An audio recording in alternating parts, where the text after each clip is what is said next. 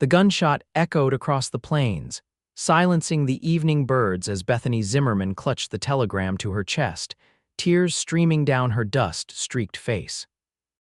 19 years old and already a widow, or so she had believed for the past 6 months, until this piece of paper arrived revealing the most devastating truth of her short life. Her husband wasn't dead. He had abandoned her, fabricated his own demise, and run off with the money that was meant to secure their future in the unforgiving territory of California. The year was 1872, and Downeyville, California had seen its glory days come and go with the gold rush. Now it clung to existence as miners, merchants, and dreamers tried to carve out lives in the shadow of the Sierra Nevada mountains. Bethany had arrived here with Thomas just a year ago, full of hope and youthful naivety. She fired another shot into the air, not caring who heard her outburst of grief and rage. "Damn you, Thomas! Damn you to hell!" she screamed, her voice carrying across the small garden behind the modest cabin she'd maintained, believing herself to be honoring her husband's memory. "Whoa there, madam," came a deep voice from the path leading to her door.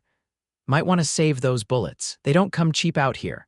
Bethany swung around, pointing the pistol at the stranger before she could even see him clearly through her tears. As her vision cleared, she found herself aiming at a tall man with a weathered face, sun-browned skin, and eyes the color of the summer sky. He wore a dusty cowboy hat and had his hands raised slightly, showing he meant no harm. "Unless you're here to kill me, I suggest you turn around and leave me to my misery," Bethany said, her voice cracking. The stranger took off his hat and held it against his chest. "Name's Owen Keller, madam. I'm not here to cause any trouble."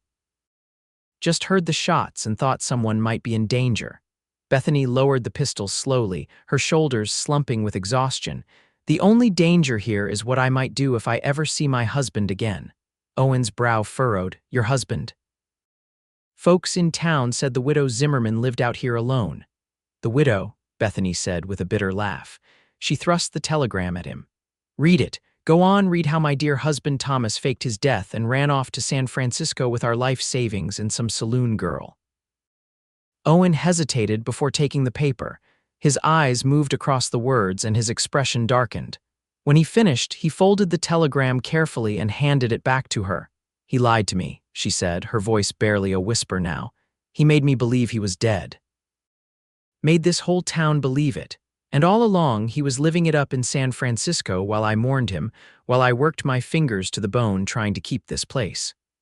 Owen replaced his hat and looked at the small cabin. It was well maintained despite the circumstances, a testament to Bethany's determination. "What will you do now, Mrs. Zimmerman?" he asked quietly. "I don't know," she admitted. "And please call me Bethany. I'm not sure I want to be Mrs. Zimmerman anymore." Owen nodded. "Well, Bethany, I just arrived in town looking for work. I've got some experience in carpentry, ranching, and just about anything that needs doing. If you need help around here, I'd be willing to trade labor for a place to stay. That shed looks like it could be fixed up." Bethany looked at him suspiciously. "Why would you help a stranger?" Owen's eyes softened. "Because my pa taught me that when you see someone hurting, you don't just tip your hat and walk on by, and it seems to me you've been hurt something fierce." "And what do you get out of it?" she demanded. "Like I said, a place to stay, and maybe." He paused, seeming to choose his words carefully, "then let my truth heal what he broke. Sometimes the only way past a lie is with honesty." Bethany studied him for a long moment. There was something in his eyes that spoke of his own pain, his own history. She didn't trust him, couldn't trust anyone right now, but she did need help. And perhaps having someone around would keep her from doing something foolish, like trying to hunt down Thomas herself. "The shed leaks," she said finally, "and there's a hole in the roof of the cabin that needs patching before winter." Owen nodded. "I can fix those, and I'm handy with a plow if you've got fields that need tending. I have a small vegetable garden, nothing more. But there's firewood that needs chopping, and the fence around the chicken coop is falling apart." "Consider it done," he said, and extended his hand. Bethany looked at it for a moment before shaking it briefly. His palm was calloused, his grip firm but gentle. "You can start tomorrow. The shed is yours, but don't expect much in the way of comforts." I've slept under the stars more nights than I can count, madam. A roof of any kind is a luxury. He tipped his hat to her. I'll be back at first light. As Owen walked away, Bethany wondered if she'd made a terrible mistake. But watching his retreating figure, straight-backed and steady, she felt something she hadn't felt in months, the faintest flicker of hope. True to his word, Owen returned at dawn the next day. Bethany had barely slept, her mind racing between rage at Thomas and anxiety about the stranger she'd invited to stay on her property. She was sitting on the porch with a cup of coffee when he approached, leading a dappled gray horse loaded with saddlebags and tools. "Morning," he called, his voice carrying easily in the still morning air. Bethany nodded in acknowledgement. "There's coffee on the stove if you want some." "Much obliged," he said, tying his horse to the hitching post before approaching the cabin. As he mounted the steps, Bethany got a better look at him in the morning light. He was younger than she'd initially thought, perhaps 25 or so, with the build of a man accustomed to hard physical labor. His clothes were worn but clean, and there was no sign of a gun on his hip. No firearm. She asked as she poured him coffee. Owen accepted the cup with a nod of thanks. "I've got a rifle in my saddlebag for hunting, but I've never seen much need to wear a pistol on my belt. Tends to invite the kind of trouble I prefer to avoid." "In these parts, a man without a gun is considered either a fool or a preacher," Bethany remarked. Owen smiled slightly. "I'm certainly no preacher." "Then I suppose that leaves fool," she said, but there was less bite in her words than she'd intended. "Maybe so," he conceded, sipping his coffee. "But I've made it this far, figured I must be doing something right." Bethany couldn't help but be curious about this unusual man. "Where are you from, Mr. Keller?" "Oregon originally. My family had a small timber operation near Portland. After they passed, I started drifting south. Worked on ranches mostly, some mining camps, wherever there was honest work to be had." "And what brings you to Downeyville specifically?" Owen looked out at the mountains rising in the distance. "Heard there was work here." "The mining may have slowed, but there's always need for men who can build and repair." Bethany nodded. It was a reasonable enough explanation, though she still sensed there was more to his story. But then again, everyone who came to places like Downeyville was running from something or chasing after something else. She had no right to pry. "The tools are in the shed," she said. "You can see for yourself what needs fixing. I'll be working in the garden most of the day." Owen finished his coffee and handed her the empty cup. "Thank you for the coffee. I'll get started on that roof patch first, if that's all right with you." For the next several hours, Bethany worked in her garden, pulling weeds and tending to the late summer vegetables while trying not to watch Owen as he expertly assessed the damage to her roof and began gathering materials to fix it. By midday, the rhythmic sound of his hammer had become almost soothing, a counterpoint to the thoughts that still swirled in her head. At noon, she called him down for a simple meal of bread, cheese, and dried apple slices. "You're handy with tools," she observed as they sat on the porch steps, eating in the shade. "My pa made sure of that," Owen replied. "Said a man should know how to work with his hands, whether it's wood, metal, or earth. He sounds wise." He was. A shadow crossed Owen's face. "Lost him and my ma to fever 5 years back, same week." Bethany felt a pang of genuine sympathy. "I'm sorry. I lost my parents when I was 16, father to a mining accident, mother to consumption 6 months later. That's when I met Thomas. He worked for my father and promised to take care of me." She laughed bitterly. "Another lie, as it turns out." Owen was quiet for a moment. "Not all promises get broken, Bethany. Some folks still believe in keeping their word." "Do you?" she asked, meeting his gaze directly. "I try to. Can't say I'm perfect, but I don't make promises lightly." Bethany looked away first. "Well, I promised myself I wouldn't be a fool again, so we'll see which one of us keeps their word." Owen didn't respond to that, just finished his food in thoughtful silence before returning to work. By evening, he had patched the hole in the roof, reinforced several weakened beams, and begun clearing out the shed to make it habitable. As darkness fell, Bethany lit the lamps in the cabin and prepared a simple stew. She debated whether to invite Owen to eat inside, but decided against it. Boundaries seemed important right now. Instead, she brought a bowl out to him as he washed up at the pump. "You've done good work today," she said, handing him the stew. There's clean water in the bucket by the shed for drinking. If you need anything else, let me know in the morning." "This is more than enough," he assured her. "Thank you." Their fingers brushed as he took the bowl, and Bethany pulled her hand back quickly, unsettled by the jolt she felt at the contact. "Good night, Mr. Keller." "Good night, Bethany." As she closed the cabin door behind her, Bethany pressed her back against it and took a deep breath. The events of the past 2 days swirled in her mind: the telegram, her rage, and now this stranger working on her property. It was too much to process. All she knew for certain was that she would need to be careful. The last time she trusted a man, he'd shattered her world. She would not make that mistake again. The days fell into a pattern as autumn began to paint the Sierra foothills in rich golds and reds. Owen would rise before dawn, tend to his horse, and begin work by the time Bethany emerged from the cabin. They would share breakfast in relative silence, then go about their separate tasks. Bethany continued to prepare meals for both of them, but maintained her distance, eating inside while Owen took his food on the porch or in his now much improved shed. By the end of the first week, Owen had repaired the roof completely, fixed the chicken coop, and chopped enough firewood to last through most of the winter. He'd also begun building new shelves and a table for the cabin, working in the evenings by lantern light. "You don't have to do all this," Bethany said one evening as she brought him his dinner. Owen looked up from the table he was sanding. "I like to keep busy. Besides, winter's coming, these will be useful." "And then what, when winter comes and there's less work to do outside?" He paused in his sanding. "I suppose that depends on whether you still want me around." The question hung in the air between them. Bethany hadn't thought beyond the immediate repairs the property needed.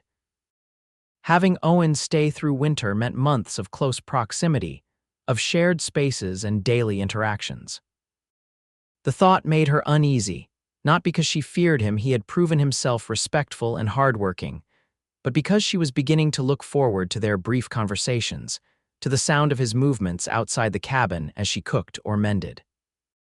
"Let's see how the next few weeks go," she said finally. Owen nodded, accepting her non-answer. "Fair enough." As he returned to his work, Bethany lingered longer than usual. "Why did you really come to Downieville, Owen?" His hands stilled again, and he looked up at her with those clear blue eyes. "Honest answer? I'd prefer that, yes. I came looking for someone," he said. "A man who cheated my family out of land before my parents died. I tracked him here, but when I arrived, I learned he'd moved on months ago." Bethany felt a chill. "You came seeking revenge, Justice," Owen corrected. "But yes, I wanted to confront him, make him face what he did." "And now," Owen sighed and set aside his sandpaper. "Now I'm not sure it matters anymore. Chasing after him consumed me for a while, but these past days, working with my hands, seeing something broken become whole again, it's given me perspective." Bethany understood that feeling all too well. "Fixing things is easier than fixing people," she said quietly. "Maybe," Owen agreed. "Or maybe fixing things just gives us the courage to try fixing ourselves." Their eyes met, and Bethany felt a flutter of something in her chest that she immediately tried to suppress. She turned to go, but Owen's voice stopped her. "Bethany, thank you for asking about why I'm here." She nodded, not trusting herself to speak, and returned to the cabin. That night, as she lay in bed listening to the autumn wind whistling around the eaves, Bethany thought about Owen's revelation. He had come seeking a man who wronged him, just as she now harbored thoughts of confronting Thomas.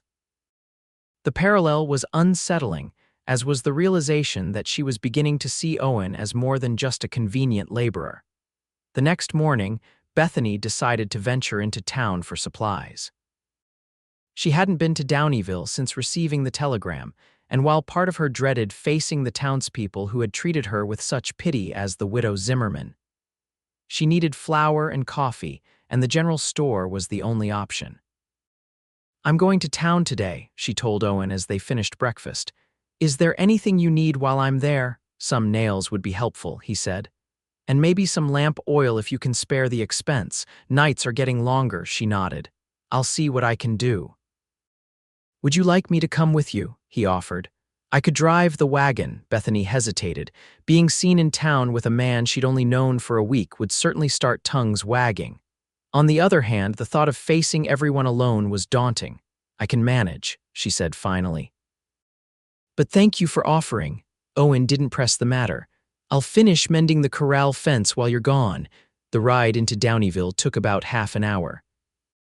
As Bethany guided her wagon down the main street, she could feel eyes on her, could see people pausing in their activities to watch her pass. Small towns had long memories and even longer tongues when it came to gossip. At the general store, Mrs. Hawkins greeted her with exaggerated sympathy. Bethany, dear, we've been so worried about you all alone out there. How are you holding up? I'm managing, Mrs. Hawkins, Bethany replied, keeping her tone neutral as she handed over her list of supplies. Well, it's just terrible what happened to poor Thomas. Such a tragedy and you so young. The older woman clucked her tongue as she began gathering the items. Bethany bit the inside of her cheek. The telegram had come directly to her. She hadn't shared its contents with anyone in town. As far as they knew, she was still a grieving widow, not a woman who had been deliberately abandoned. Yes, well, life goes on, she said stiffly. Mrs. Hawkins paused in her gathering. Indeed it does. And speaking of which, Elijah Peterson was asking after you just yesterday. His wife's been gone 3 years now and he's got that nice big house in town. Wouldn't that be a sensible arrangement? A man needs a woman's touch and a woman needs protection. Bethany's stomach turned at the thought. Elijah Peterson was nearly 50 with grown children and a reputation for having a heavy hand when he drank, which was often. I'm doing just fine on my own, Mrs. Hawkins. The older woman raised an eyebrow. Are you now? Because Matthew Brown was riding past your place the other day and said he saw a man working on your roof. A stranger, he said.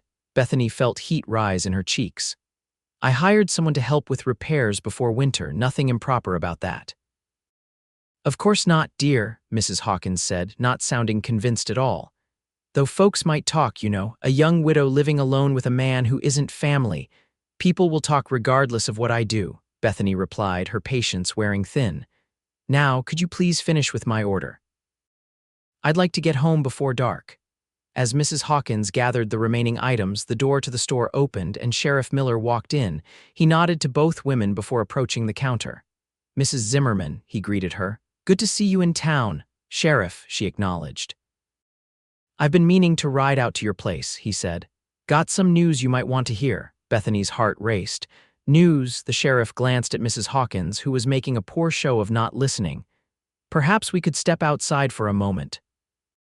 Once on the store's porch, Sheriff Miller removed his hat and spoke in a low voice. I received a wire from the authorities in San Francisco. They've been looking into your husband's situation. He's not dead, Bethany said flatly. The sheriff's eyebrows shot up. You know.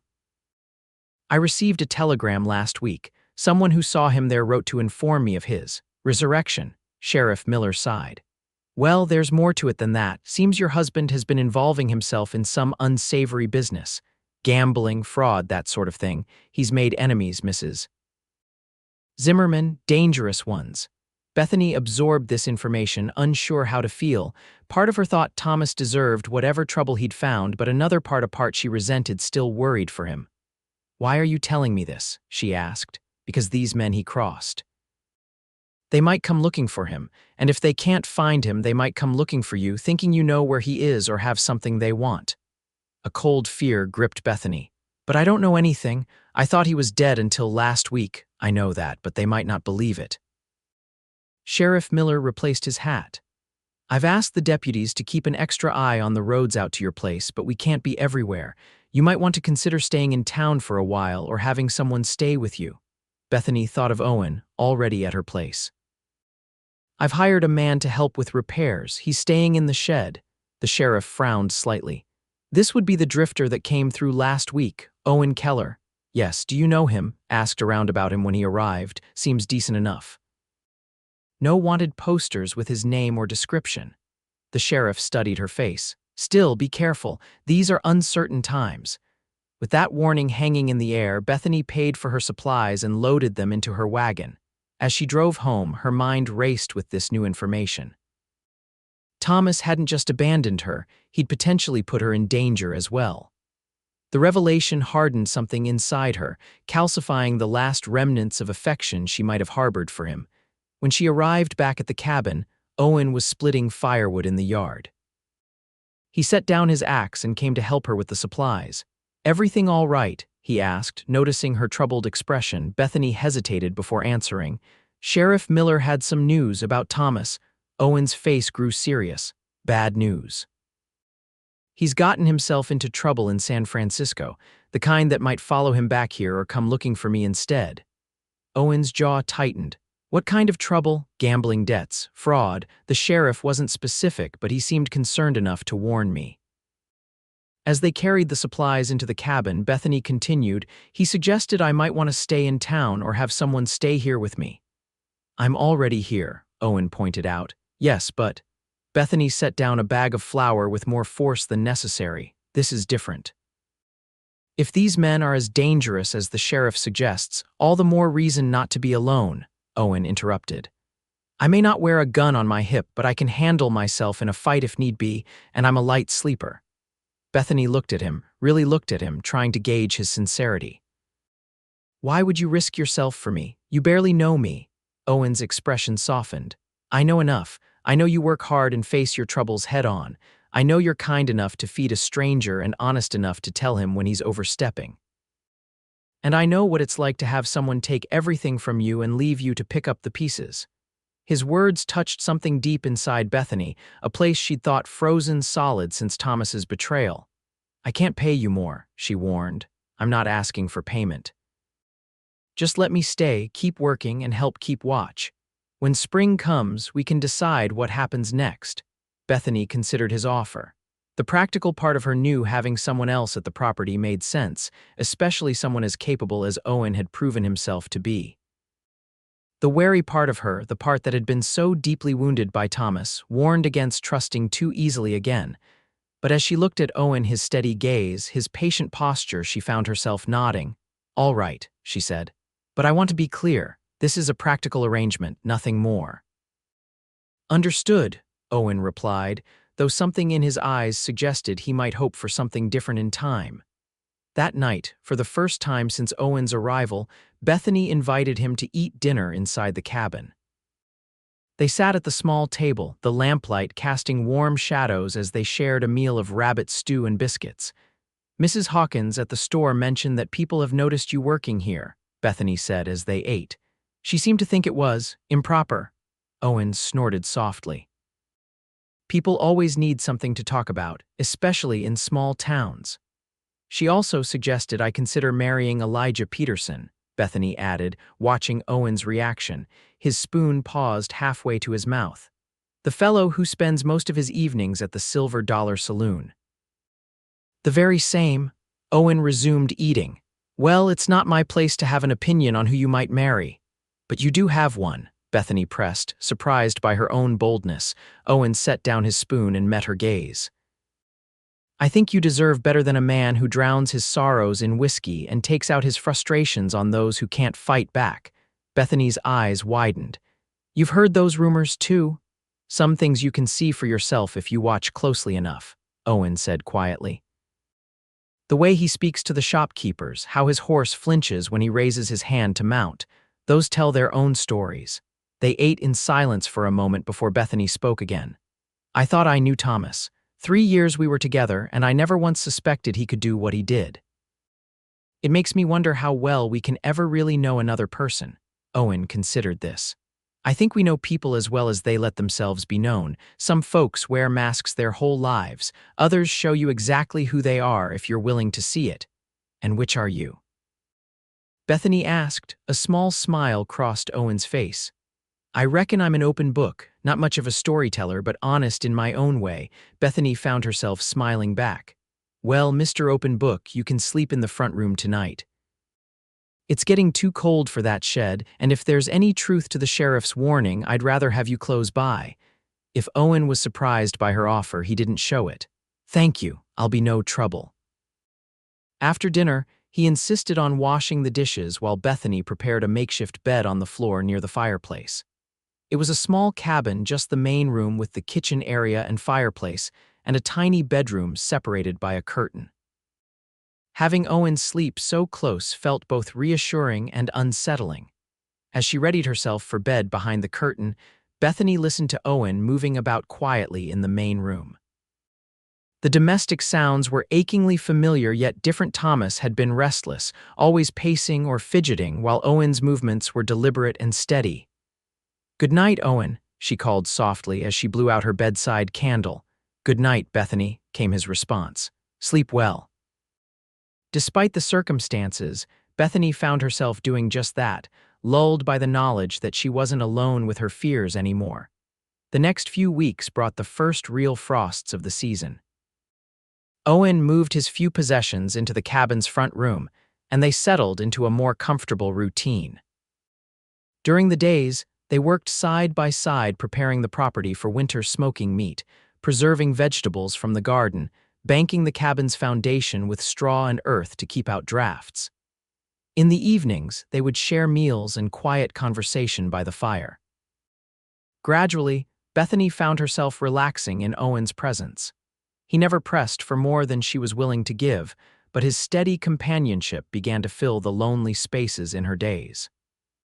She learned that he had a dry sense of humor that emerged when he was relaxed, that he could whittle intricate figures from scraps of wood, and that he hummed old folk songs under his breath when he thought no one was listening. One evening in early November, as the first snow dusted the mountains in the distance, Bethany sat darning socks while Owen worked on a small wood carving. "What are you making?" she asked, watching his hands move deftly with the small knife. Owen turned the piece so she could see it better, a delicate rendering of a mountain bluebird beginning to take shape. "It's beautiful," she said, genuinely impressed. "My mother loved birds," he explained. Said they reminded her that there's always somewhere else to go if you've got the courage to spread your wings. Did she want to leave? The timber operation, I mean. Owen considered the question. "I think part of her did. She came from back East Boston. Met my father when he was there selling timber. She used to tell stories about theaters and libraries and streets full of people. I think she missed those things sometimes." "But she stayed," Bethany observed. "She loved my father more than she missed the city," Owen said simply. "And she found beauty in the forests that she couldn't have found anywhere else. She used to say that sometimes the best lives aren't the ones we planned, but the ones we discover along the way." Bethany thought about her own journey, how different her life was now from what she had imagined when she married Thomas. "Your mother sounds wise." "She was." Owen smiled at the memory. "What about your mother? What was she like?" Bethany set aside her darning. "Practical, hardworking. She followed my father from Pennsylvania to Colorado to Nevada, then finally to California, always chasing the next promising claim. She never complained, just packed up our things and made each new place feel like home." "She taught you well," Owen said, gesturing around the cabin, which Bethany had indeed made comfortable despite limited resources. "She did," Bethany agreed, "though I sometimes wonder if she was happy, if all that moving, all that starting over wore her down inside where no one could see." "Did you ask her before she passed?" Bethany shook her head. "I was too young to think of asking such things, and then it was too late." They sat in companionable silence for a while, each lost in thoughts of the past. Finally, Bethany spoke again. "Have you heard anything more about the man you were tracking, the one who cheated your family?" Owen's hands stilled on his carving. "No, and I haven't asked around either." "Why not? Isn't that why you came here?" He set the carving down and looked at her directly. "It was.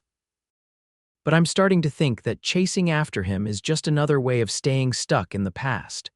My parents wouldn't want that for me." Bethany thought about her own situation, how thoughts of Thomas and his betrayal still occupied so much space in her mind. "Do you think it's possible to truly let go of something like that, to move forward without resolution?" Owen considered her question carefully. "I think resolution comes in different forms. Sometimes it's confrontation, sometimes it's justice, and sometimes—" He paused, his blue eyes earnest in the firelight. "Sometimes it's finding something new that matters more than what was lost." The weight of his words settled between them, full of unspoken meaning. Bethany felt a flutter in her chest that was becoming increasingly familiar in Owen's presence. "It's getting late," she said, gathering her mending. "We should get some rest." Owen nodded, respecting her need to retreat. "Good night, Bethany." "Good night, Owen." Behind the curtain of her small bedroom, Bethany pressed her hands to her cheeks, feeling the warmth there. She was developing feelings for Owen, feelings that both thrilled and terrified her. After Thomas's deception, she had sworn never to be so vulnerable again, yet here she was, her heart betraying her best intentions. She didn't sleep much that night. The next morning dawned cold and clear, with frost patterns decorating the cabin windows. Bethany rose early, as was her habit, and found Owen already awake, stoking the fire to warm the cabin. "Morning," he greeted her. "Coffee's almost ready." "Thank you," she said, acutely aware of the domesticity of the scene. It felt dangerously comfortable. As they were finishing breakfast, the sound of approaching horses broke the morning quiet. Owen was immediately alert, moving to the window to peer out. "Two riders coming up the path," he reported, his voice tense. "Don't recognize them." Bethany felt a cold fear grip her. "Thomas's gambling debts, could be," Owen said grimly. "Stay inside, I'll speak to them." "No," Bethany said firmly, reaching for her shawl. "This is my property and my problem. We'll both go." Owen looked like he wanted to argue but nodded instead. "Stay behind me, at least." They stepped onto the porch just as the riders reached the yard. Both men were rough-looking, with the hard eyes of those who lived by violence. The leader, a tall man with a scar across his cheek, dismounted and approached the cabin. "We're looking for Thomas Zimmerman," he announced without preamble. "Heard this is his place." Bethany stepped forward despite Owen's protective stance. "Thomas Zimmerman is not here. I'm his wife, Bethany." The scarred man grinned unpleasantly. "Wife, huh? That's convenient. Your husband owes Mr. Blackwell a considerable sum, $5,000 to be exact," Bethany gasped. It was more money than she would see in years. "I don't have that kind of money, and Thomas isn't here." "I haven't seen him in months." "That's unfortunate," the man said, his hand moving to rest on his pistol. "Mr. Blackwell doesn't like to be kept waiting or lied to." Owen moved slightly, positioning himself more directly between Bethany and the visitors. "The lady told you Thomas isn't here. And she's not responsible for his debts." The second man, who had remained mounted, spoke for the first time. "And who might you be, friend?" "Owen Keller. I work for Mrs. Zimmerman." The scarred man's eyes narrowed as he looked between them. "Is that what they're calling it these days?" "Well, worker or not, this isn't your concern." "I'm making it my concern," Owen said quietly. The tension in the yard was palpable. Bethany could see the scarred man calculating, assessing whether Owen was armed, he wasn't, and how much of a threat he posed. "Here's how this is going to go," the scarred man said finally. "We're going to search this property for anything of value to cover at least part of what's owed. You two are going to stand aside and let us. And then you, Mrs. Zimmerman, are going to tell us where your husband might be hiding." "I told you I don't know where he is," Bethany insisted, "and you have no right to take my property." The man drew his pistol. "Rights don't enter into it, madam." What happened next unfolded in a blur. As the scarred man raised his gun, Owen lunged forward with unexpected speed. He grabbed the man's wrist, forcing the gun upward just as it discharged into the air.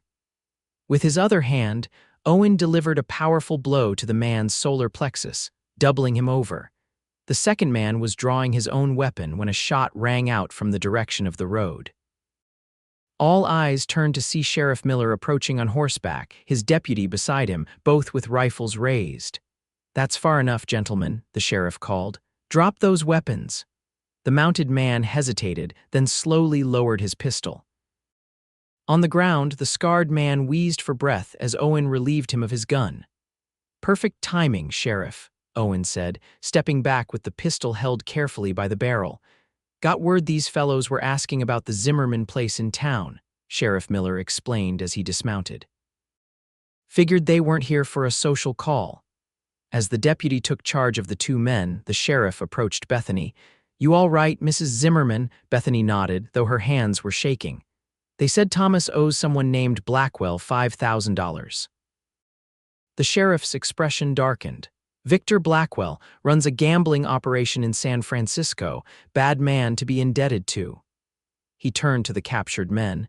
"You two tell Blackwell that Thomas Zimmerman isn't here and his wife doesn't have his money. And if I see either of you in my jurisdiction again, you'll be spending a long time in a cell."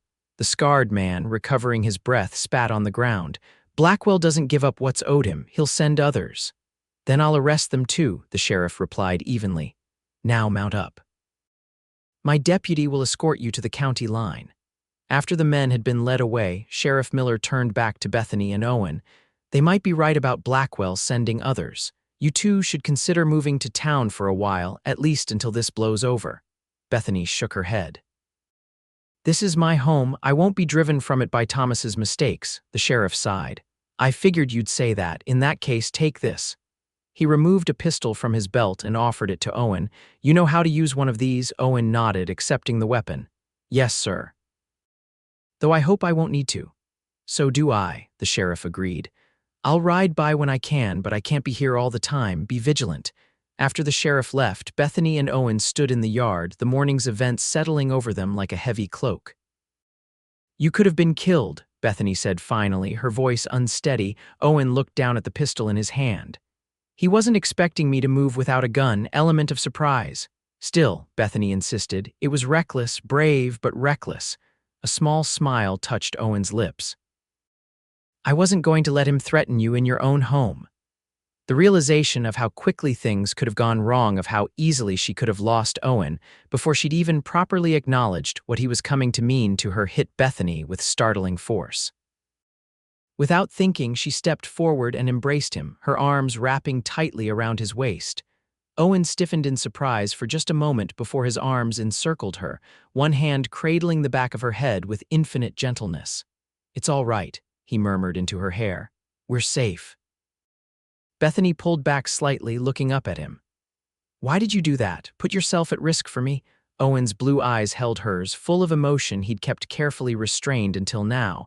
Because you matter to me, Bethany, more than I expected, more than is probably wise. Her heart hammered in her chest. I'm afraid, she admitted. Not just of those men, of trusting again. I know, he said softly, and I won't push. But I want you to know that when I make a promise, I keep it. When I give my word, it means something. Not all men are like Thomas. Bethany thought of the words Owen had spoken the day they met, when she told him about Thomas's lies. Then let my truth heal what he broke. At the time, she thought it merely a kind sentiment. Now she understood it was more a promise, a declaration of intent. I'm beginning to see that, she whispered, the moment stretched between them, full of possibility. Then Owen gently released her and stepped back, giving her the space she still needed. We should secure the property, he said, practical once more. Make it harder for unwelcome visitors to approach undetected. Bethany nodded, grateful for his understanding. Yes, and I think it's time I learned to shoot properly. Owen raised an eyebrow. You fired those shots into the air the day we met. Thomas taught me enough to scare off coyotes, she explained. But not enough for this situation. Then that's where we'll start, Owen decided, after we've made things more secure. They spent the day working together, setting up trip wires attached to bells around the property perimeter, reinforcing the cabin doors and window shutters, and creating clear sight lines by trimming back brush. In the late afternoon, Owen took Bethany to a clearing behind the cabin and taught her how to properly handle, load, and fire a pistol. Take your time, he instructed as she aimed at a row of bottles he'd set up. Breathe out as you squeeze the trigger. Bethany followed his guidance, feeling the weight of the gun in her hand, the responsibility it represented. Her first shot went wide, but the second clipped one of the bottles, sending it spinning. Good, Owen encouraged. Again. By the time dusk fell, Bethany had hit more targets than she'd missed. Her arms ached from the effort, but there was a new confidence in her stance. You're a natural, Owen told her as they walked back to the cabin. I hope I never have to use this knowledge, she replied, handing him back the pistol. So do I, he agreed solemnly, but it's better to have skills you don't need than to need skills you don't have. That night, after a quiet dinner, they sat before the fire, the day's events having drawn them closer in ways neither had anticipated that morning. Outside, the wind had picked up, carrying the promise of snow. Do you think they'll come back? Bethany asked, watching the flames dance. Blackwell's men, Owen considered the question. It's possible, men like that don't give up easily, but they might decide you're telling the truth about not knowing where Thomas is or not having access to his money. I am telling the truth, Bethany said bitterly. Thomas took everything when he left. The only reason I still have this cabin is because he put it in my name to protect it from creditors. Little did he know it would protect it from him as well. Owen nodded. Smart of you to keep it. Not smart. Lucky. Bethany sighed. I keep thinking about what I missed, what signs I should have seen that Thomas wasn't who he claimed to be. We were together 3 years, Owen. How did I not know? Some people are skilled at deception, Owen said gently. They show you what you want to see, tell you what you want to hear. It's not your fault for believing him. Bethany turned to look at him, her expression vulnerable in the firelight. How do I know you're not doing the same, showing me what I want to see? Owen didn't flinch from the question. You don't, not with absolute certainty. All I can offer is time to prove through actions, not just words, that what you see is who I am. His honesty touched her. There was no indignation at her doubt, no protests of wounded pride, just a simple acknowledgement of her fears and an offer of patience. I want to believe you, she whispered. Then start small, he suggested. Believe in the things you can verify, the rest will come with time. Bethany nodded, her gaze returning to the fire. I can believe that you're a good carpenter, she said with the ghost of a smile. And that you make decent coffee. Owen chuckled. That's a start. As the night deepened around them, Bethany felt something shift inside her, a tiny crack in the wall she'd built around her heart since Thomas's betrayal. It was frightening, this tentative opening, but also strangely liberating. I think I'll turn in, she said, rising from her chair. Good night, Owen. Good night, Bethany.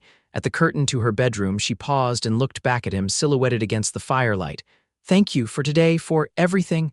Owen's smile was warm. You're welcome. That night, Bethany dreamed of open skies and bluebirds in flight. The first heavy snow of the season arrived in the early hours of the morning, blanketing the world in pristine white. Bethany woke to the muffled quiet that only snowfall brings, a hush that seemed to suspend time itself. When she emerged from behind her curtain, she found Owen already up, adding wood to the fire and preparing coffee. It's beautiful, she said, moving to the window to look out at the transformed landscape. It is, Owen agreed, joining her, though it'll make getting to town difficult for a while.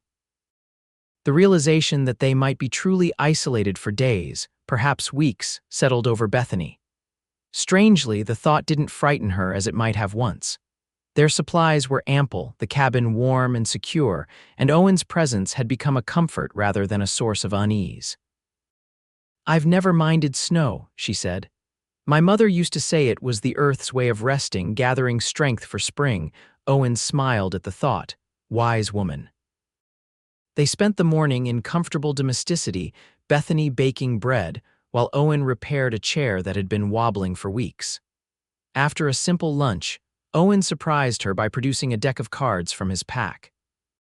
Thought we might need something to pass the time, he explained as he shuffled them with practiced hands. Bethany eyed the cards with a mixture of interest and wariness. What games do you know? Most of them, Owen admitted, though I'm partial to poker. Thomas loved poker, Bethany said, her voice going flat. Seems it was his downfall in the end. Owen immediately set the cards aside. We don't have to play, I should have thought. No, Bethany interrupted, reaching for the deck. I'd like to learn. Thomas never taught me, said it wasn't a game for ladies. Owen's eyebrows rose. That's nonsense. Some of the best poker players I've known were women. They pay attention to details men miss. For the next several hours, Owen taught Bethany the basics of poker, the hand rankings, the betting structure, the subtle art of the bluff. They played for matchsticks instead of money, and Bethany proved to be a quick study. By evening, she had won 3 hands in a row. You're a natural, Owen said as she triumphantly gathered her matchsticks after calling his bluff. You have an excellent poker face. Bethany smiled, feeling a sense of accomplishment. Maybe I should go to San Francisco and win back what Thomas lost, she joked. Owen laughed, but his eyes were serious. You could do anything you set your mind to, Bethany, I believe that. His faith in her, offered so simply and sincerely, warmed her more than the fire. Thank you, she said softly. The snow continued through the night and into the next day, eventually tapering off to leave nearly 2 feet on the ground.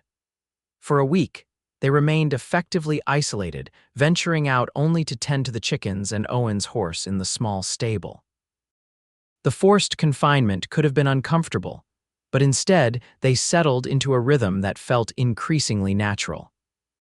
During the days, they each found ways to be productive, Bethany sowing and preserving the last of the fall vegetables, Owen crafting small pieces of furniture and teaching her chess on a board he carved from a piece of pine. In the evenings, they would read from the few books Bethany owned, sometimes aloud to each other by the fire. It was during one of these evenings, as Owen read from a collection of poetry Bethany's mother had treasured, that she fully acknowledged to herself how deeply her feelings for him had grown. His deep voice giving life to Wordsworth's verses, the firelight catching in his hair, the gentleness with which he turned the book's fragile pages, all of it combined to create an ache of longing in her chest that could no longer be denied. When he finished the poem and looked up, he caught her watching him with an expression she hadn't meant to reveal. "Bethany," he asked softly. She looked away, suddenly shy. "It's nothing, just, you read beautifully." Owen closed the book carefully. "My mother insisted on education, even in the timber camp, said a man's mind needed cultivation as much as any field." "She was right," Bethany said, grateful for the shift in conversation. They sat in silence for a moment, the only sounds the crackling of the fire and the occasional whistle of wind around the eaves. "Owen," Bethany began, then hesitated. "May I ask you something personal?" "Of course." She gathered her courage. "Why haven't you settled somewhere? Found a place of your own, maybe started a family?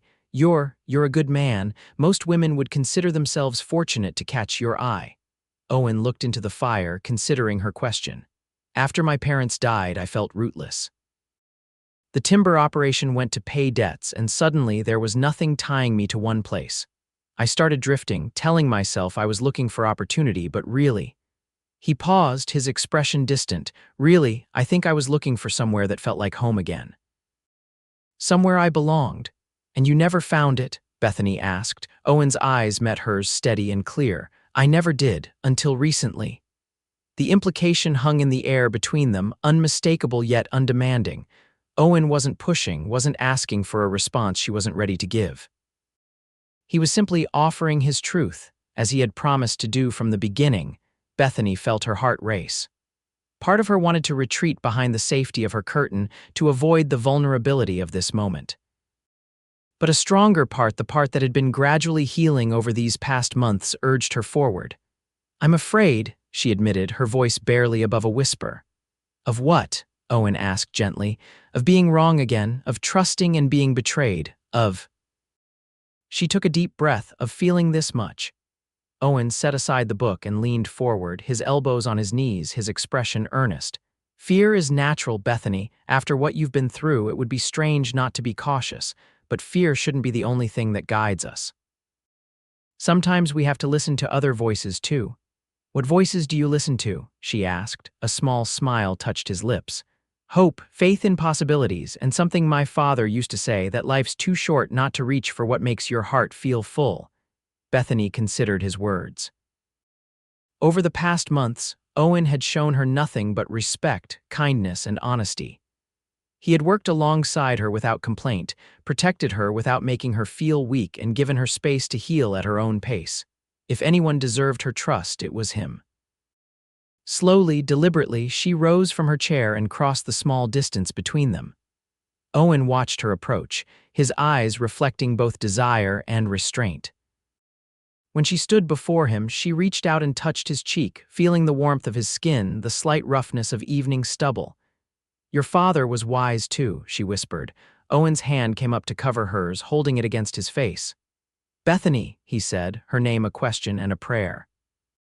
Instead of answering with words, she leaned down and pressed her lips to his.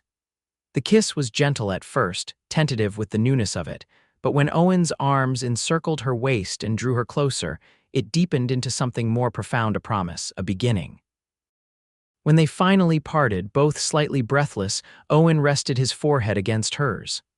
"I've wanted to do that since the day you made me coffee on your porch," he confessed. Bethany laughed softly. "Even when I was pointing a gun at you." "Especially then," he teased, his eyes crinkling at the corners.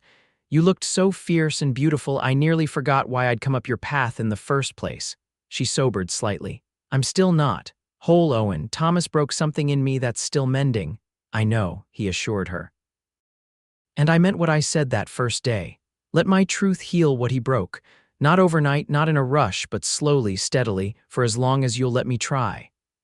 Bethany kissed him again, feeling a lightness in her chest that had been absent for too long. I think I'd like that, she whispered against his lips. That night, for the first time since Thomas's betrayal, Bethany fell asleep with hope rather than fear as her companion.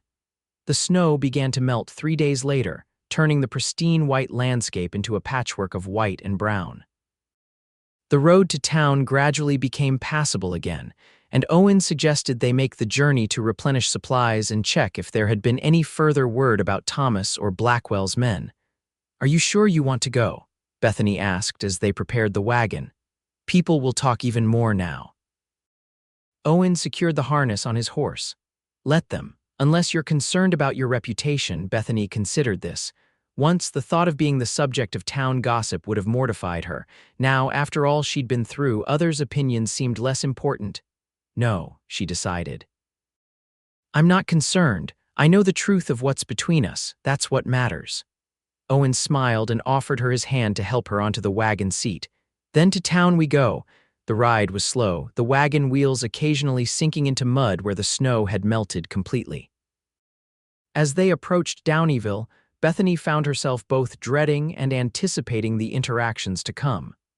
She hadn't been to town since before the snowfall, and much had changed in her life since then. The main street was busy with people taking advantage of the break in weather to conduct business. Heads turned as Owen guided the wagon toward the general store, whispers following in their wake. Ignore them, Owen said quietly as he helped Bethany down from the wagon. Inside the store, Mrs. Hawkins greeted them with raised eyebrows and a knowing look that made Bethany's cheeks warm. Mrs. Zimmerman and Mr. Keller, together, how convenient. The older woman's tone dripped with insinuation. Good morning, Mrs. Hawkins, Bethany replied evenly. We need supplies after the snow. As Owen presented their list, Sheriff Miller entered the store, stamping snow from his boots. Mrs. Zimmerman, Mr. Keller, he greeted them. Good to see you both well. I was beginning to worry when the snow kept up so long. We managed just fine, Sheriff, Bethany assured him. Any news we should know about? The sheriff's expression grew serious. As a matter of fact, yes. Could I speak with you both outside? Once on the store's porch, Sheriff Miller lowered his voice. I received a wire from San Francisco yesterday. Thomas Zimmerman was found dead in an alley behind one of Blackwell's gambling halls, shot twice in the chest. Bethany gasped, her hand flying to her mouth. Despite everything, the lies, the abandonment, the danger he'd put her in, the news of Thomas's death still hit her with unexpected force. Are they sure it's him? She asked. The sheriff nodded. Description matches and they found papers on him confirming his identity. I'm sorry, Bethany. Owen placed a supportive hand on her back. What about Blackwell? Will he still be sending men after Mrs. Zimmerman? That's the other piece of news, Sheriff Miller said. Blackwell himself was arrested 2 days ago. Seems one of his operations crossed the wrong people, and the authorities finally had enough evidence to move against him. With both Thomas and Blackwell out of the picture, I don't think you'll need to worry about any more unwelcome visitors. Bethany absorbed this information, her emotions a complicated tangle. Relief that the threat was over, a strange grief for the man Thomas might have been, anger at the waste of it all. Thank you for telling us, Sheriff, she said finally. There's one more thing, he added, reaching into his pocket. This telegram came for you yesterday. I was going to ride out when the roads dried more, but since you're here. Bethany accepted the telegram with trepidation, memories of the last such message making her hesitate to open it. Go ahead, Owen encouraged gently. Whatever it is, we'll face it together. Drawing strength from his presence, Bethany unfolded the paper and read the brief message. Her eyes widened. What is it? Owen asked. It's from a bank in San Francisco, she explained, her voice stunned. They say Thomas had an account there. He had money set aside, quite a lot actually. And as his widow, it's legally mine, Sheriff Miller nodded. Well, that's something good coming out of this mess, at least. You deserve it after what he put you through. I don't understand, Bethany said, rereading the telegram. Why would he leave money in an account I could claim if he was planning to fake his death and abandon me? Maybe he wasn't always planning to leave, Owen suggested. Maybe it started as a legitimate account, a nest egg for your future together. And when his gambling got out of control, he made a desperate choice. The sheriff agreed. Desperation makes people do foolish things, but the money's yours now, free and clear, enough to give you options you didn't have before.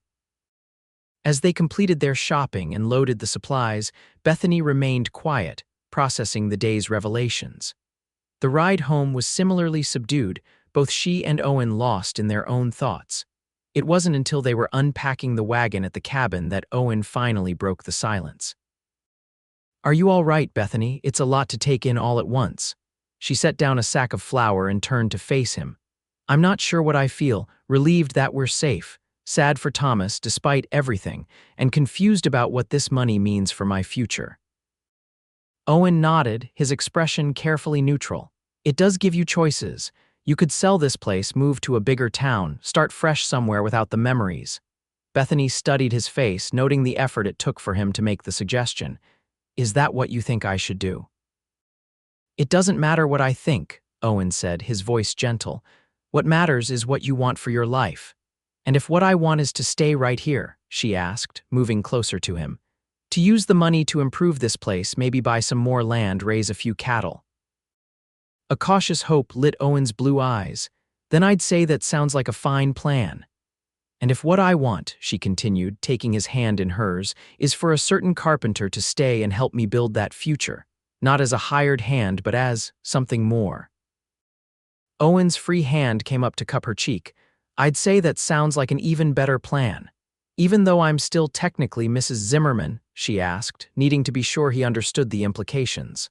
"For now," Owen acknowledged, "but names can change when the time is right." The promise in those words made Bethany's heart soar. "Then let's go inside," she said softly. "We have a future to plan."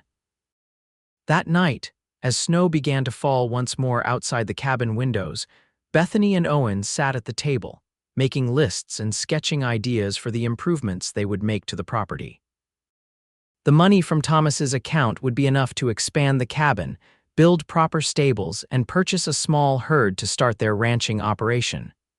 "We should build the new bedroom first," Owen suggested, pointing to the rough sketch he'd made. "Add it here with windows facing east to catch the morning sun." Bethany nodded, imagining waking up in a bright, spacious room with Owen beside her, and a proper kitchen, with a pump inside so I don't have to haul water from the well. "Absolutely," Owen agreed. "And shelves for your mother's books." The ease with which they planned this shared future filled Bethany with a quiet joy. 6 months ago, she had been lost in grief and betrayal, convinced her life was over.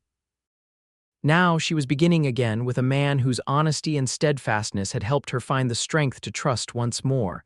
"Owen," she said, setting down her pencil, "I want you to know something."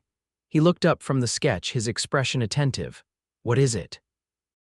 "When Thomas left, when I thought he had died, I believed I would never feel whole again, that I would always be broken in some fundamental way." She reached across the table to take his hand. "But you were right that first day. Your truth has been healing what he broke.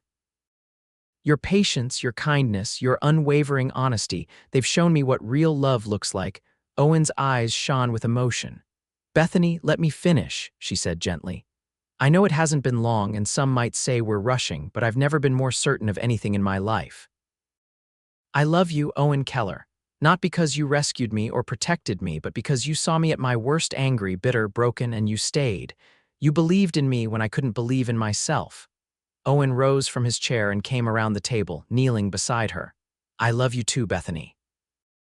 Have from almost the first moment, though I tried to tell myself it was too soon, that you needed time. But loving you isn't something I could stop if I tried." He took both her hands in his. "I don't have a ring yet, but I promise you this, I will love you faithfully every day of my life. I will be honest with you always, even when the truth is difficult. I will build a life with you that's strong and true, like the beams of a well-made house." His voice grew husky with emotion.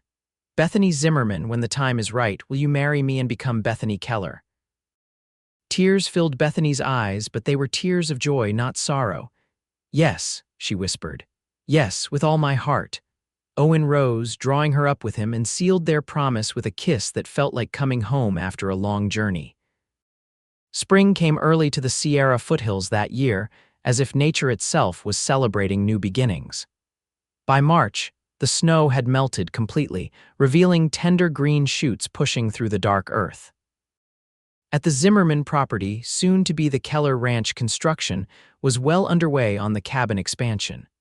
Owen had proven himself not just skilled, but also a natural leader, coordinating the efforts of the men they'd hired from town to help with the larger projects. Bethany, for her part, had thrown herself into planning for their future, ordering seeds for an expanded garden, researching cattle breeds, and preparing for the changes that marriage would bring to her life. They had decided to wait until the cabin expansion was complete before marrying, giving appropriate time for Bethany's official mourning period to end and allowing the town gossip to settle. Sheriff Miller had been supportive of their plans, as had the local minister, both men having seen firsthand the positive change in Bethany since Owen's arrival. Not everyone was as accepting. Mrs. Hawkins and her circle continued to whisper behind their hands when Bethany came to town, and there were those who thought it scandalous for a widow to remarry so quickly. But Bethany found that the opinions of others mattered far less than her own happiness and the genuine connections she was forming with those who truly cared for her welfare. One such connection was with Sarah Jenkins, the young schoolteacher who had recently arrived in Downeyville. Unlike many of the town women, Sarah had approached Bethany with warmth and friendship, uninterested in gossip and genuinely happy for Bethany's newfound joy. "People will always talk," Sarah had told her over tea one afternoon. "But at the end of the day, it's your life to live. And anyone with eyes can see that Mr. Keller adores you." That conversation had led to a friendship that Bethany treasured, especially as the wedding day approached and there were preparations that required a woman's perspective. On a bright April morning, as Bethany and Sarah were discussing wedding plans at the newly extended dining table Owen had crafted, a knock came at the door. Bethany opened it to find Sheriff Miller, his expression unusually solemn. "Morning, Bethany," he greeted her. "Is Owen about?" "He's in the new stable with the men," she replied, immediately concerned. "Is something wrong?" The sheriff removed his hat. "Got some news that concerns both of you. Mind if I come in?" Once seated at the table with introductions made to Sarah, Sheriff Miller got to the point. "Received a wire from the authorities in San Francisco yesterday. Seems there's been a development regarding Victor Blackwell." Bethany felt a chill despite the warm spring day. "What kind of development?" "He's escaped custody," the sheriff said bluntly. "Bribed a guard and disappeared 2 days ago, and there's reason to believe he might be headed this way." Owen, who had been summoned from the stable, stood behind Bethany's chair, his hand resting supportively on her shoulder. "Why would he come here? The money Thomas owed him is gone. Blackwell's operation is in ruins. This isn't about money anymore," Sheriff Miller explained. "From what I understand, Blackwell blames Thomas Zimmerman for his arrest. Seems Thomas was working with the authorities, providing information in exchange for leniency on some other charges. When Blackwell discovered the betrayal, he had Thomas killed. But now Blackwell believes there might be additional evidence that Thomas left behind, evidence that could ensure Blackwell spends the rest of his life in prison. And he thinks I have it," Bethany realized, her voice steady despite her racing heart. The sheriff nodded. "That would be my guess." "But I don't have anything," she insisted. "No papers, no evidence of any kind." "We know that," Owen assured her, "but Blackwell doesn't. And a man like that on the run, desperate. He's dangerous." Sheriff Miller agreed. "I've sent for additional deputies from Nevada City, but they won't arrive for at least 2 days. In the meantime, I'd strongly advise both of you to come stay in town where I can keep an eye on you." Bethany and Owen exchanged a look, a silent communication born of months of growing closeness. "We appreciate the offer, Sheriff," Owen said, "but we've put too much work into this place to abandon it now. We'll take precautions, stay vigilant." The sheriff sighed, clearly having expected this response. I figured you'd say that. In that case, I'll be sending a deputy out to patrol the road, and I'll check in myself as often as I can. He rose to leave, then paused. One more thing: the last report placed Blackwell traveling with at least 2 men. They're armed and considered extremely dangerous. Don't take any unnecessary risks. After the sheriff and Sarah had departed, with the latter promising to return the next day with supplies from town, Bethany and Owen sat at the table, considering their situation. "We could go to town," Owen offered. "Just until Blackwell is captured, the work here would wait." Bethany shook her head firmly. "No, this is our home. I won't be driven from it by fear, not again." Owen studied her face, pride mingling with concern in his expression. "Then we prepare, make sure we can defend what's ours." They spent the remainder of the day securing the property, checking weapons, establishing sight lines, instructing the construction workers to remain vigilant and report any strangers. By nightfall, when the workers had departed for town with promises to return in the morning, the cabin was as secure as they could make it. As they sat before the fire that evening, Bethany found herself thinking about the journey that had brought them to this point. From her desperate rage on that autumn day when she'd learned of Thomas's betrayal, to this quiet moment with the man who had helped her heart heal and learn to love again. "What are you thinking?" Owen asked, noticing her contemplative expression. "That life takes strange turns," she replied. "6 months ago, I thought my life was over. Now," she smiled at him, "now I can't wait for it to truly begin." Owen took her hand, bringing it to his lips. "It will, Blackwell or no Blackwell, nothing is going to stop us from having the future we've planned." Bethany believed him with every fiber of her being. The night passed quietly, but neither Bethany nor Owen slept deeply, both alert to any unusual sounds. They rose before dawn, moving through their morning routine with the comfortable familiarity of a couple long accustomed to each other's rhythms. As promised, Sarah arrived mid-morning with supplies from town, accompanied by one of Sheriff Miller's deputies who would remain on patrol in the area. The construction workers also returned, and work on the new stable continued, though Owen kept his rifle close at hand as he supervised. It was late afternoon, as shadows lengthened across the yard, when Bethany noticed a dust cloud in the distance. She was hanging laundry on the line behind the cabin, taking advantage of the spring breeze when the movement caught her eye. "Owen," she called, keeping her voice steady despite the sudden racing of her heart. He was at her side within moments, rifle in hand. "Riders," he confirmed, his eyes narrowing as he looked toward the approaching dust. 3 of them. The deputy, who had been checking the perimeter of the property, jogged over to them. "I see them. Get inside, both of you. I'll handle this." "No," Owen said firmly. "This is our home." "We'll face them together." The deputy looked like he wanted to argue but nodded instead. "Let me at least get a better position." As the deputy moved to take cover behind the partially built stable wall, Owen turned to Bethany. "Get the pistol from the cabinet. Stay behind me, but be ready." Bethany nodded, hurrying into the cabin to retrieve the weapon. When she returned, the riders were close enough to make out details: 3 men, all armed, led by a distinguished-looking gentleman with silver at his temples, whose fine clothes seemed at odds with the hard expressions of his companions. "Victor Blackwell," Owen murmured as they approached. "Has to be." The riders stopped at the edge of the yard. Blackwell surveyed the property with the cold calculation of a man accustomed to assessing value. "Mrs. Zimmerman, I presume?" he called, his voice cultured despite the menace underneath. "What do you want?" Owen responded before Bethany could speak. Blackwell's eyes narrowed. "And you would be?" "Owen Keller. This is my property." A thin smile curved Blackwell's lips. "I was under the impression it belonged to Thomas Zimmerman's widow, and I have business with her."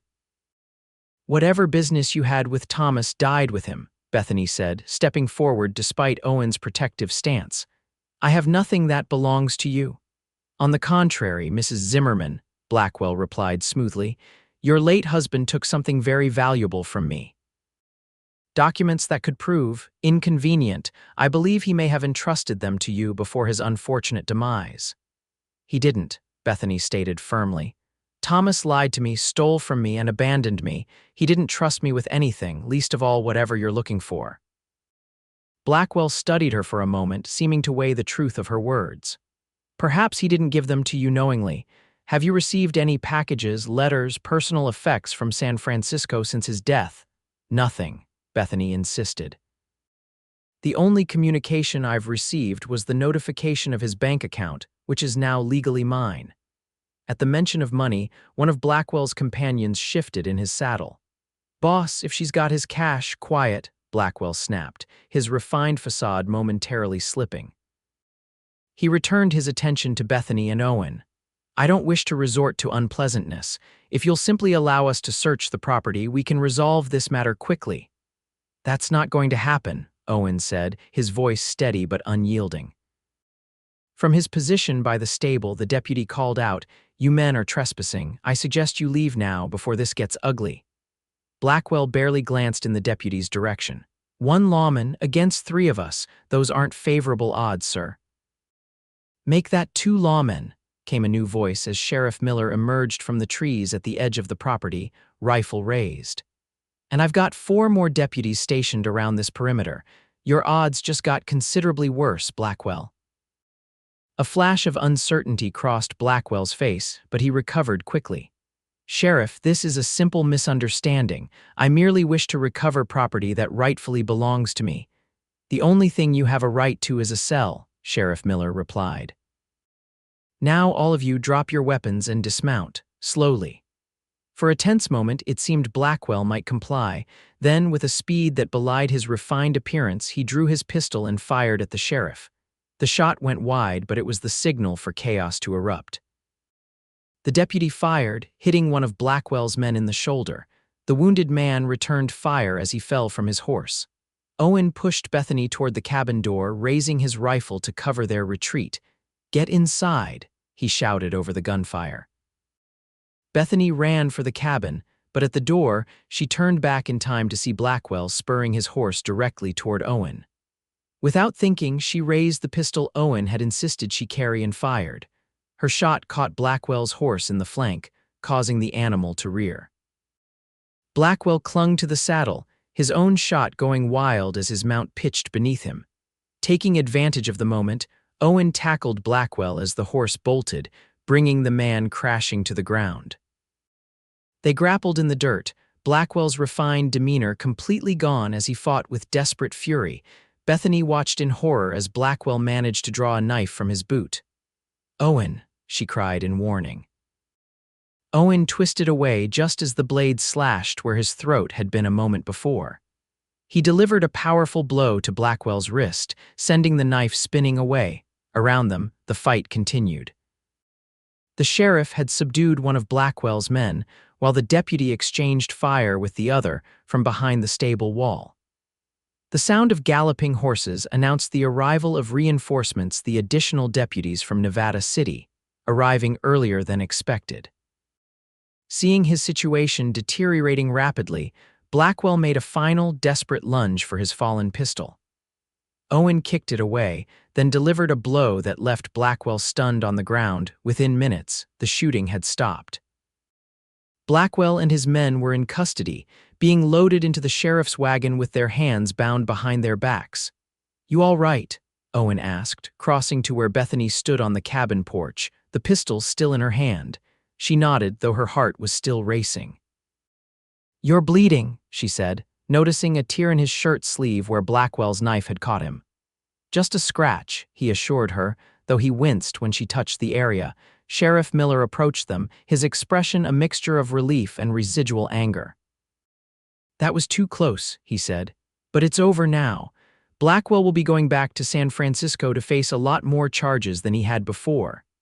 He really thought I had something Thomas left behind, Bethany said, still processing the events. The sheriff nodded.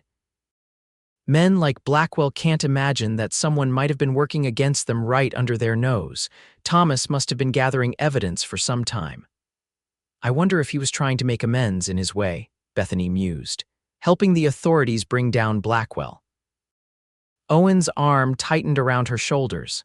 Maybe, but it doesn't excuse what he did to you. No, she agreed. It doesn't, but it helps me understand him a little better. She looked around at the property, at the half-built stable, the expanded cabin, the garden where spring vegetables were beginning to emerge. And it helps me let go of the last of my anger. This place isn't haunted by Thomas anymore. It's ours now, truly ours. As the sheriff's wagon pulled away with its prisoners and the deputies began to disperse, Bethany and Owen stood together on the porch of the home they were building, both literally and figuratively. "So," Owen said, a smile beginning to form despite the events of the day, "about that wedding." Bethany laughed, the sound bright and free in the evening air. "I think we've waited long enough, don't you?" 2 weeks later, on a perfect May morning, Bethany Zimmerman became Bethany Keller in a simple ceremony in the garden of their home. Sheriff Miller gave the bride away.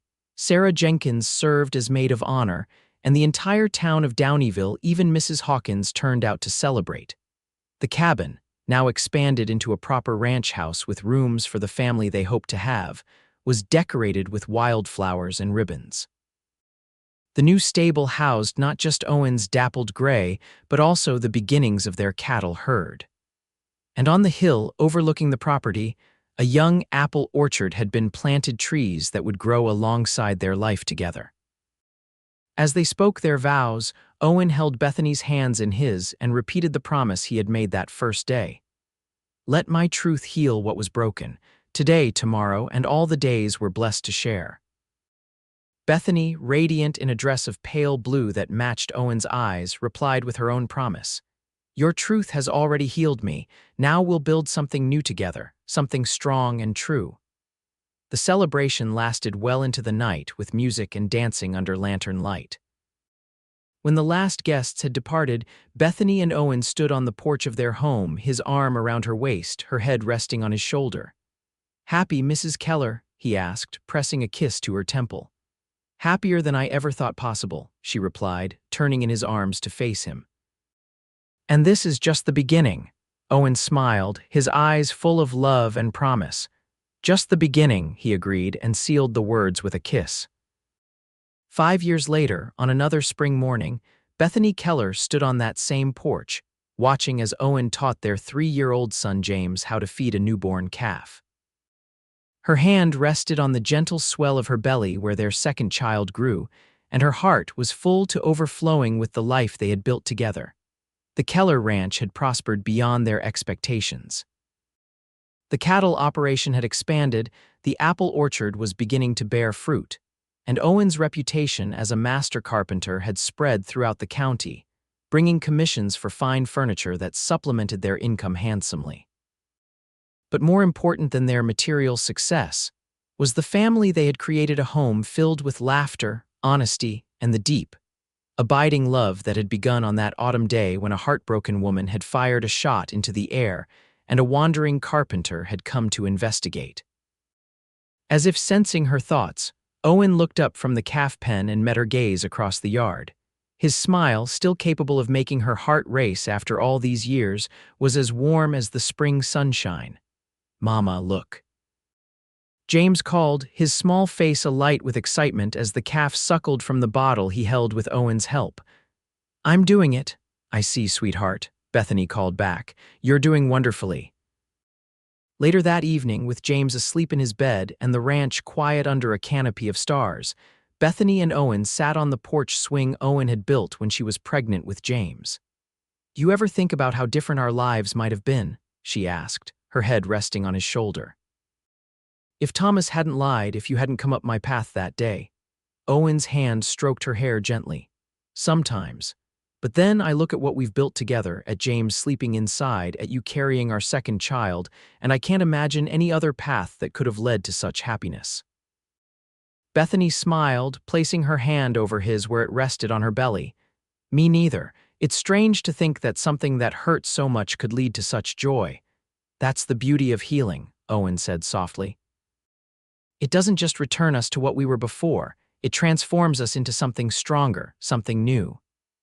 As they sat together in the growing darkness, the promise Owen had made years ago, "Then let my truth heal what he broke," had been fulfilled beyond either of their expectations.